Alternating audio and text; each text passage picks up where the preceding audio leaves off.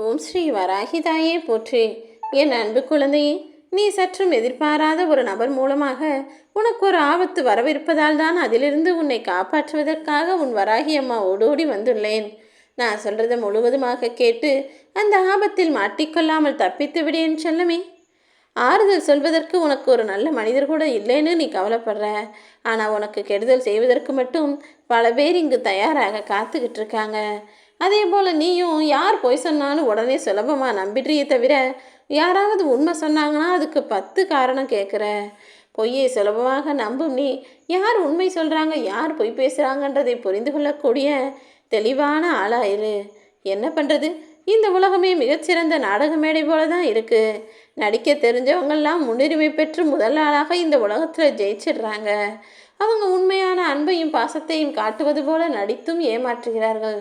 ஆனால் நடிக்க தெரியாத அப்பாவி பிள்ளையான வெகுளித்தனமாக இருக்கக்கூடிய நீ எல்லாரிடமும் ஏமாந்து போய் கஷ்டங்களை அனுபவித்து கொண்டே இருக்கிறாயல்லவா? உன்னை பிடிச்சவங்களை விட உன்னை பிடிக்காதவங்க தான் எப்போதும் உன்னை கவனித்து கொண்டும் உன்னுடைய குறைகளையும் தவறுகளையும் பார்த்து கொண்டும் நோண்டிக்கொண்டுமே இருக்கிறார்கள். யார் என்ன செய்கிறாங்கன்னு புரிஞ்சுக்கிட்டினா நீயும் உன் வாழ்வில் தவறேதும் நிகழாமல் குறையேதும் வராமல் உன் வாழ்க்கையை திருத்தி கொள்ளலாம். நீ தான் கொஞ்சம் கவனமாக இருக்கணுமென் செல்லமே. ஏன்னா நீ இன்னைக்கு விதைக்கக்கூடிய விதையானது நாளை உனக்காக அறுவடையாக மாறும். இன்னைக்கு நீ நல்லது செஞ்சிட்டினா நாளைக்கு உன் வாழ்க்கையில் எல்லாமே நல்லதாக இருக்கும் அல்லவா? நல்லது நடக்கும் என நம்பி அமைதியாய் பொறுமையாக காத்துரு. எதுவுமே இங்கே நிரந்தரம் கிடையாது. கொஞ்சம் தனிமையில் இருந்தினா எல்லாவற்றையும் சரி செய்யக்கூடிய வேலையை உன் வராகியம்மா நான் பார்த்துக்குவேன். எல்லாருமே கடைசி வரை இப்படியே இருந்துடுவாங்க. உன்னுடைய கஷ்டமும் நிரந்தரமாக உன்கிட்ட தங்கிடும் நினைச்சு பயப்பட வேணாம். உன் சோகத்தை மறைத்து வை என் செல்லமே. எதுக்காகவும் கவலைப்படாமல் நிம்மதியாக உன் வாழ்க்கையை வாழ ஆரம்பி. நீ நேரத்துக்கு முக்கியத்துவம் கொடுத்தால் போதும். நேரம் திரும்ப வராதல்லவா? அதை உனக்கான சரியானதாக உனக்கான வெற்றியை கொடுக்கும் நேரமாக உன் வராகியம்மா நான் மாற்றியமைப்பேன்.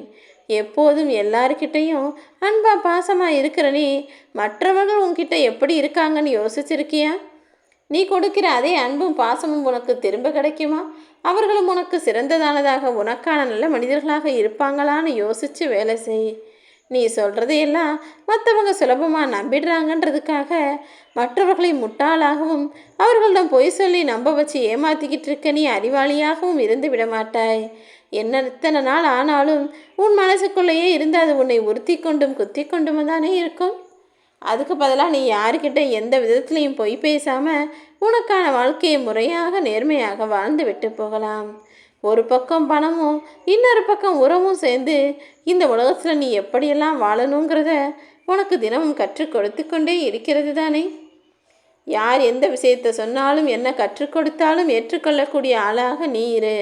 ஏன்னா மனிதன் தன் வாழ்நாளில் கடைசி நொடியும் வரையிலும் எதையாவது கற்றுக்கொண்டே இருப்பதில் தவறேதும் இல்லை என் செல்லமே. எத்தனை முறை ஒரு மரத்தை வெட்டினாலும் மறுபடியும் அது அந்த இடத்துல இருந்து பாதியாக வளர்ந்து வரும். அதே போல தான் நீயும்.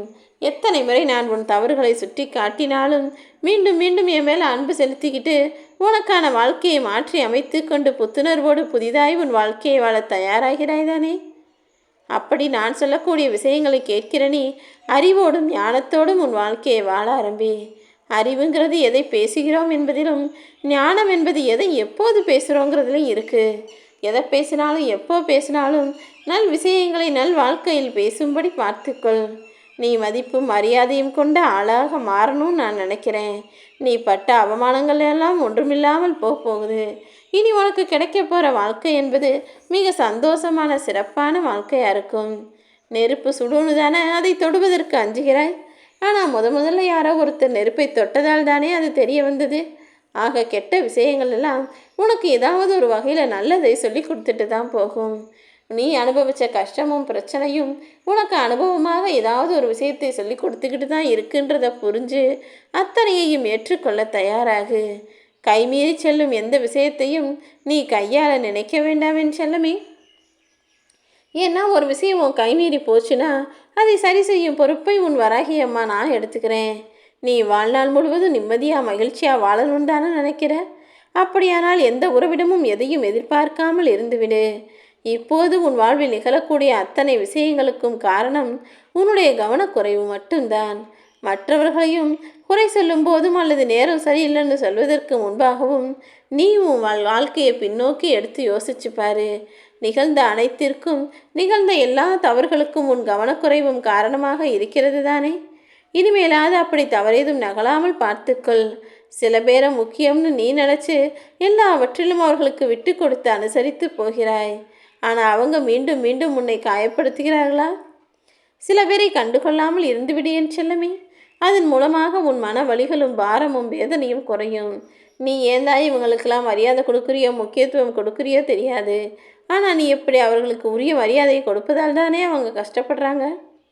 எப்போதும் உன் மனசாட்சி சொல்லக்கூடிய விஷயத்தை மதித்து நடக்கக்கூடிய ஆளாக நீ இரு. நீ ஒருபோதும் யாருக்கும் பொய்யானவனாக இருந்து விடாதே என் செல்லமே.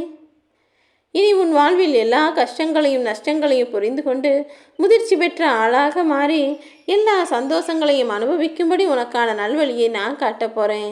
இத்தனை நாள் எதிர்பார்த்த வாழ்க்கை என்பது இப்போது அழகாய் உன் கைகளிலேயே வந்து சேரப்போகுது. என்ன நடந்தாலும் உன் வாழ்வில் நல்லது நிச்சயம் நடக்கும் என இப்போது வாழ்க்கையை ஏற்றுக்கொள்ள தயாராக இருந்தால் அதுவே மற்றவர்களுக்கு மாதிரியாக இருக்கும் அல்லவா? அப்படிப்பட்ட மாதிரியான வாழ்க்கையை, அதாவது உனக்கு முன்னேற்றத்தை தரக்கூடிய சந்தோஷ வாழ்க்கையை பெற தயாராகு. தங்க குடத்திலே வெள்ளி குடத்திலேயே தேனும் குடித்தாலும் மயானத்தில் மண்ணு குடத்திலிருந்து தானே அவங்கவுங்களுக்கு தண்ணி தெளித்து தகனம் பண்ணுறான் மனுஷன். அப்படிதான் உன் உடலும் உன் மனசும் எதிர்பார்ப்பதும் கிடைப்பதும் வேறு வேறாக இருக்குது. எப்போதுமே எனக்கான நல்லது நடக்கும், நானும் என்னுடைய குடும்பமும் நீண்ட ஆயுள் 100 வருஷம் நல்லா வாழுவோம், ஆரோக்கியமாக வாழுவோம்னு நினச்சி தைரியமாக உன் வாழ்க்கையை வாழப்பாரு. ஒரு அறிவில்லாத முட்டாள் காலம் முழுவதும் முட்டாள்னே திட்டு வாங்கிட்டு இருக்கானா? அதுக்கு என்ன காரணம் தெரியுமா? அவன் தேவையான இடத்துல ஒரு அறிவாளி போல யோசிக்காமல் தவறான விஷயத்தை செய்ததால் தான். ஆனால் ஒரு அறிவாளி எப்போவுமே அறிவாளியாக இருக்கானா? அதுக்கு காரணம் சில இடங்களில் சில சமயங்களில் தேவையில்லாமல் தன்னை அறிவாளியாக காட்டிக்கொள்ளாமல் முட்டாள் போல ஒன்றுமே தெரியாதவன் போல நடந்து கொள்வான்.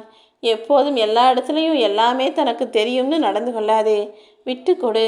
சில சமயங்களை தெரியாதது போல் நடந்து கொள். உன்னை மதிக்காத மனிதர்களை எளிதில் விட்டு விலகிவிடு என் செல்லமே. உறவுகள் முக்கியம்தான், ஆனால் தன்மானம் அதைவிட முக்கியமல்லவா? உன் வாழ்வில் என்ன நடந்தாலும் அதை ஏற்றுக்கொண்டு அதன் மூலமாக கிடைக்கக்கூடிய பாடங்களை கற்றுக்கொண்டு வாழ தயாராகு. இந்த உலகத்தில் யார் எப்போ எப்படி மாறுவாங்கன்னே சொல்ல முடியாது. ஏன்னா இந்த உலகம் போலிமயமானதல்லவா? ஓடி வந்து மூச்சு வாங்கக்கூடிய மனிதருக்கு எப்போது தண்ணி குடிப்போன்னு தண்ணி அருமை பேர் யோசிப்பார். ஆனால் கடந்து வந்த பிறகுதானே வாழ்க்கையின் தத்துவமே புரியுது. நீயும் அப்படி ஓடி வந்து தண்ணீர் குடிப்பவன் போல கஷ்டத்தை கடந்து வந்து உன் வாழ்க்கையின் சந்தோஷத்தை புரிந்து கொள்ளக்கூடிய ஆளாக இரு. வாழ்க்கை என்பது ஒரு புள்ளியைப் போலதான். கவலைகளை மறந்தவர்களுக்கு அது தொடக்கப்பள்ளி, கவலைகளை மறக்காதவர்களுக்கு அதுவே முற்றுப்புள்ளியாக இருந்து வாழ்க்கையை சந்தோஷமாக வாழவிடாமல் தடுத்துவிடும். நீ உன் வாழ்க்கையை நிம்மதியாக சந்தோஷமாக வாழணும்னா இந்த கவலைகளையெல்லாம் தூக்கி தூரமாய் குப்பையில் போட்டுவிடு. உன்னை விட அடுத்தவன் நல்லா இருந்தால் அதை பார்த்து வயிறெறிகிற எண்ணம் உனக்குள் வரவே கூடாது என் செல்லமே. இன்றைய இந்த உலக வாழ்க்கையில் பல பேர் வாழ்க்கையை கஷ்டப்பட்டு வாழ்வதற்கு காரணமே தான் நல்லா இருந்தால் சந்தோஷப்படுறதும் மற்றவன் நல்லா இருந்தால் அதை பார்த்து பொறாமைப்படுவதும் தான். நீ ஒருபோதும் யாருடைய வாழ்க்கையும் பார்த்து பொறாமை எண்ணத்தோடு வாழ வேண்டாம்.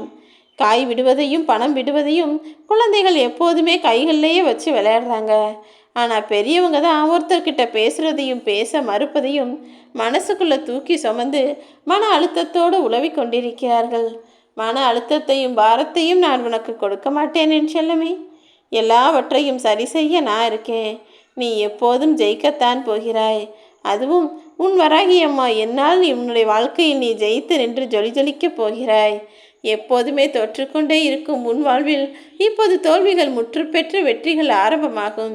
இனி எல்லாமே உனக்கான நல்லதாகவே நடக்க தொடங்கும்.